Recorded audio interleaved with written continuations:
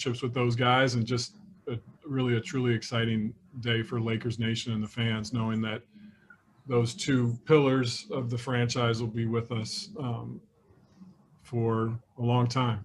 It's a great moment. And then, Rob, last time we spoke to you, it was about Schroeder, but you had still yet to make some of the other moves. Just wondered how, with Montrezl Harrell, with Marc Gasol, with Wesley Matthews specifically, how you see them fitting into the vision that you had for putting this team together. Yeah, I think the first thing, when you go into free agency and have a new roster, your first thoughts go to the guys that were such a huge part of winning the 17th championship for the Lakers, and guys like Rajon and Dwight and JaVale and Danny and Avery, who will be etched in the history of this franchise forever. And it's hard to see those guys go or be on other teams, and we're so grateful for what they've meant to us and what they mean to this franchise. But free agency itself, I guess, to use a metaphor analogy, I recently with my wife watched The Queen's Gambit on Netflix.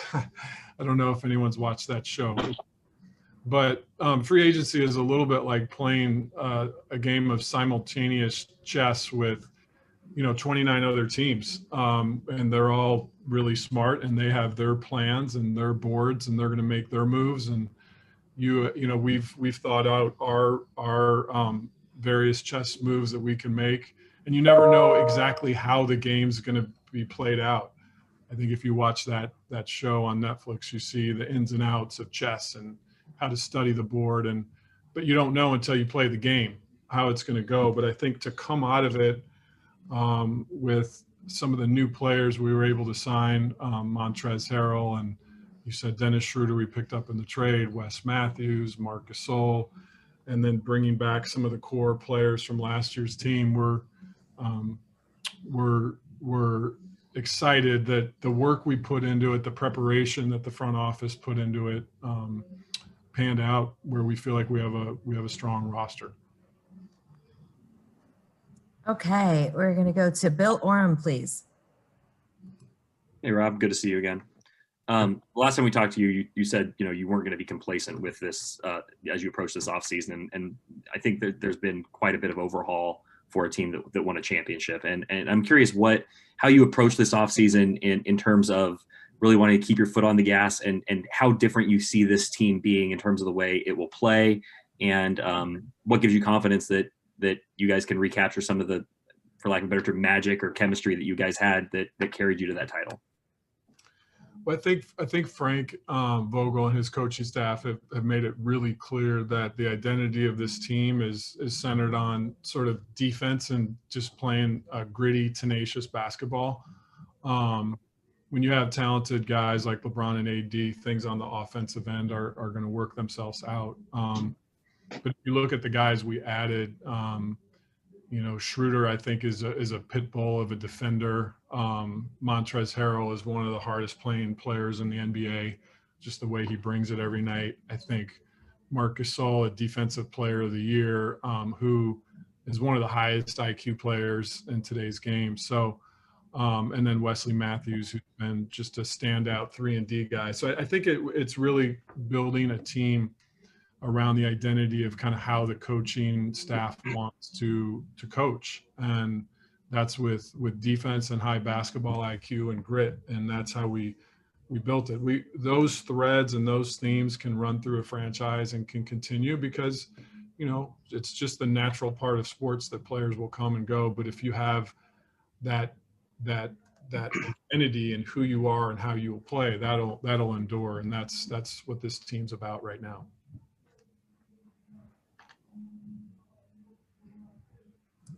Dave McMenamin, please. Hey, Rob. Dave McMenamin with ESPN. When you make the acquisitions of someone like a Schroeder,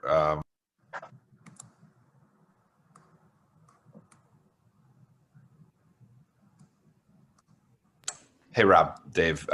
When you make an acquisition like someone like Dennis Schroeder and you recognize your cap situation moving forward, how vital it is to get ahead of that and have conversations with his representatives about the potential for a long-term commitment after the contract is up, considering that you'd be able to go above the salary cap to re-sign someone like him. Yeah, I think one of the things that was very purposeful about our offseason was to try to get younger. I think we have obviously, again, with LeBron and AD as the two pillars, our two captains, our two unicorns, it's being able to find young players that can win now and also carry forward the torch with AD, lining up with his age. I think Schroeder's a great example of that. Obviously, Montrez, another great example, just lining up with AD's age. And I think we want to strive to try to keep our young players that we have on this team. We like the core. We like how it lines up. And I think Dennis, Kyle, Kuzma is up for an extension. These are things that we're continuing to focus on, but we like how the team got younger, faster, and our intention would be to try to keep that identity and that core together. Thanks. Okay, Kyle Goon, please. Hey, Rob. So obviously, you guys have, one of the shortest off seasons along with the Heat. And then the structure of the season is going to have some inherent risks when it comes to COVID. I'm wondering, do you feel like the guys you brought in or the way you constructed the roster is sort of designed to have different guys who can carry the team on different nights, depending on if, LeBron or AD are missing games due to rest or some other situation during the regular season? Yeah, listen, I think the bubble experience created issues that no NBA team could have foreseen at the beginning. And I think one of the things that we were really mindful and thoughtful of was, given the new things that popped up, we had to be really strong with how we handled them with our players and partnered with them to get through some of that stuff. And I think this year will be different than the bubble, but it'll have unexpected things arise that you'll have to work through as a team. And I do think all of us, just at the human level, have seen the challenges that the pandemic has created, and we think through it in our own lives and what it means. And so certainly that thread of thinking goes into a roster too, and how can you be successful? How can you be versatile? How can you be deep, knowing that there might be unexpected things flashed your way as a result of the pandemic. Okay, Dan Weike, please. Hey, Rob. Good to see you. Just kind of a housekeeping question. Do you anticipate to have everybody available for start of practice on Sunday for team practices? And I guess let's just start with that. Is everybody healthy and clear? Yeah, there's nothing on my radar right now that would suggest that people won't be there on the start of training camp, but that can change by the moment. You don't say. I think the second question I have for you is, Bill touched on this a little bit. You guys were really big last year. You had a lot of different big lineups. Maybe a little bit smaller this year. Was that by design, an accident? Is that just kind of how it worked out? Yeah, I guess it'll remain to be seen whether that's a true statement or not. I mean, when I walked downstairs and saw Marc Gasol the other day, I mean, it would hard to be thinking we got smaller when you see someone like him. And I think Trez has shown the ability to play the 4 and the 5. And then when you have guys like LeBron, who's 6'9", 6'10", AD 6'10", 6'11", Kyle Kuzma 6'10", it's hard to think that I still think we're a big team, big, long, versatile team. Okay, Joe Varden, please. Hey, Rob. Joe Varden from The Athletic. I had a quick question. Will the rings, will they actually be ready for opening night? That's a good question, Joe. So our business side, who's led by Tim Harris, they tend to be more in charge of those things, and I think it's something that's ongoing. So I don't want to answer a question I don't know the answer to. Okay, I just figured. I know those things can take a while. But my bigger question, and thanks for allowing me the time. It's hard to figure in a way like how the Lakers will have a sense of urgency right away, given everything you just went through, and you literally just won a title. But I guess my question for you would be, you think the team is new enough? Like you brought in enough guys that didn't win it last year, so maybe for them, like they would kind of infuse the rest of the team or carry the team early as far as like coming, ready to play that level of basketball that early? I think we've got a lot of really passionate guys and a lot of really high IQ basketball players. So I don't think there's going to be any lack of energy and intensity. I've kind of felt it in the building with our individual workouts that, as everybody knows, have started. I think this team's excited to play, excited, for the challenges of coming together. I think, one of the hardest things to do in all of sports is defending a title. And I think in talking with, the 15 players that are on our roster, everybody recognizes just how difficult it is to summit twice in a row. It's a whole separate set of challenges. It's very different than winning a title after 10 years, which is what we experienced last year. So I think guys understand the gravity around that and just how big of a challenge that is. And I think they're up for that. Excited to take on that challenge and really just excited to get to work. Okay, we'll just take a few more. We're going to go with Mark Medina, please. Hey, Mark Medina, USA Today. Good to see you, Robin. Hope you're hanging in there. Hey, Mark. Hey, I was intrigued with the point you made on the team's statement about, having excitement to see AD continue to grow and become a leader for future years. Obviously, he's accomplished a lot this past season, but how do you envision what kind of leader Anthony will be these next few years? Well, I think he made a incredible commitment to the franchise by choosing to sign a 5-year contract, and part of that I think goes with his statement to the rest of the NBA that this is my team. And when you make a statement like that, that is a leadership act. And I think combined with just how dominant he was in the bubble, I think he's arguably one of the most dominant two-way players. The way he impacts the game at both ends and just how complete he's become on offense is extraordinary. So I think his act of signing to me was a big leadership statement right there. Okay, Andy Kamenetsky, please. Hey, Rob. You've now had 3 full years with the front office and coming off a championship. When you look back at everything that's happened and your role in it, where do you think you've grown most in terms of leading the organization?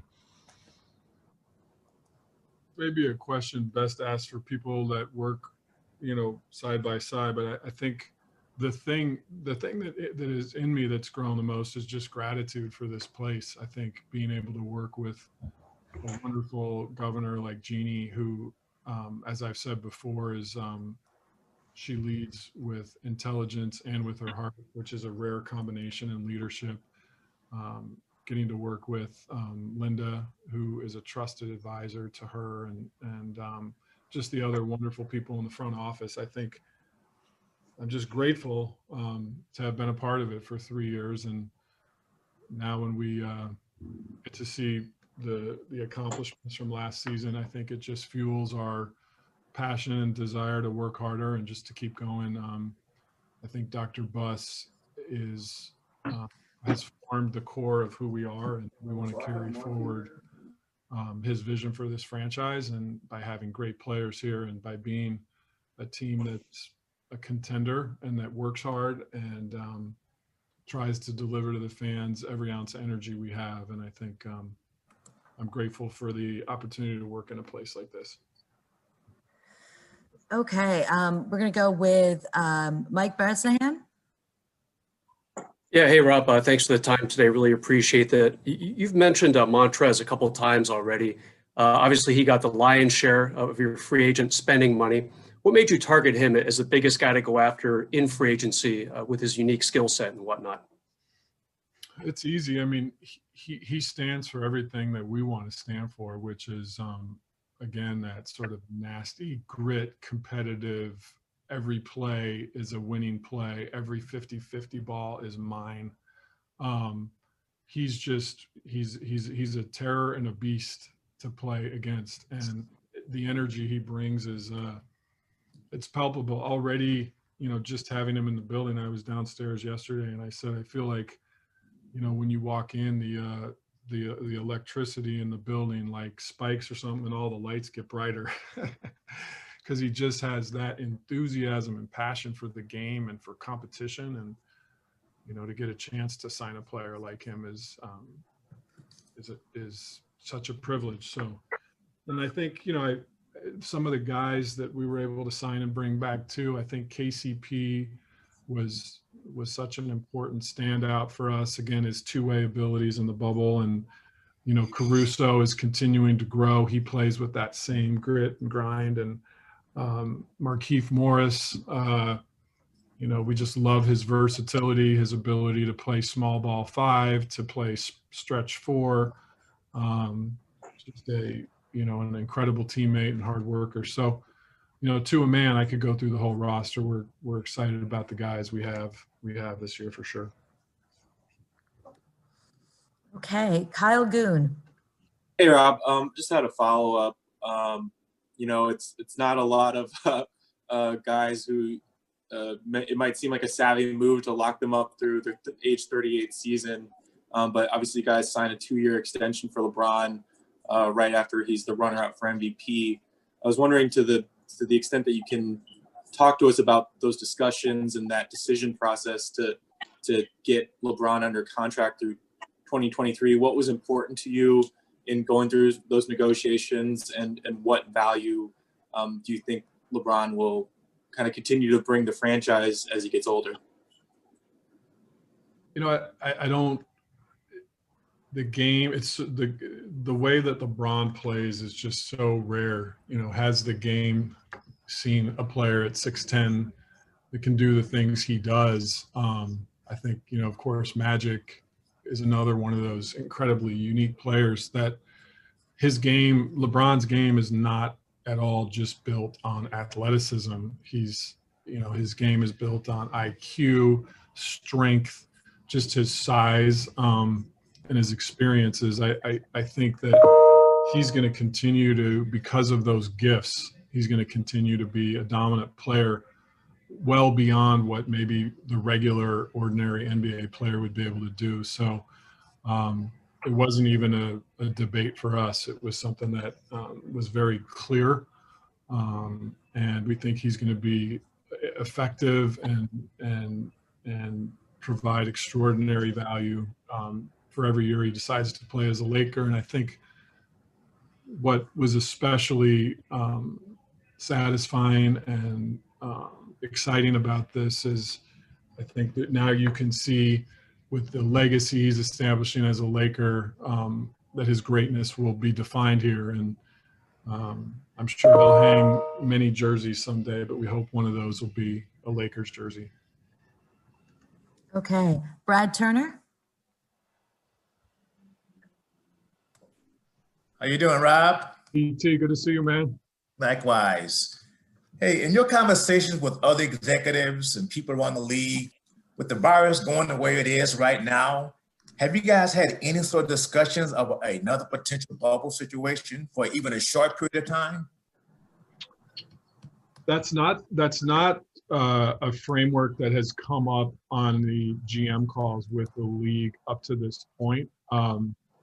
Again, the pandemic is fluid, and so I think everybody is open-minded that, the players' health and safety and the fans' health and safety and the staff members' health and safety is by far number one. And I think, so I think everything is still on the table, but it's not something that's currently being focused on. Okay, and last question, we're going to go with Bill Oram, please.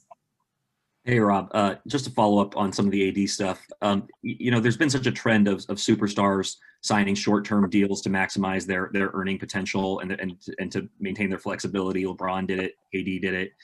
When you guys were going into this negotiation period with Anthony, how likely did you think a long-term deal was? Was that something that you guys really were pushing for? And how excited were you that he gave you, and you touched on that part of it, I suppose, earlier, but to have that kind of buy-in as opposed to, every year, every 2 years, having, the looming threat of him potentially leaving? Yeah, I think, again, the way we approached our conversations with AD and his agent, when we were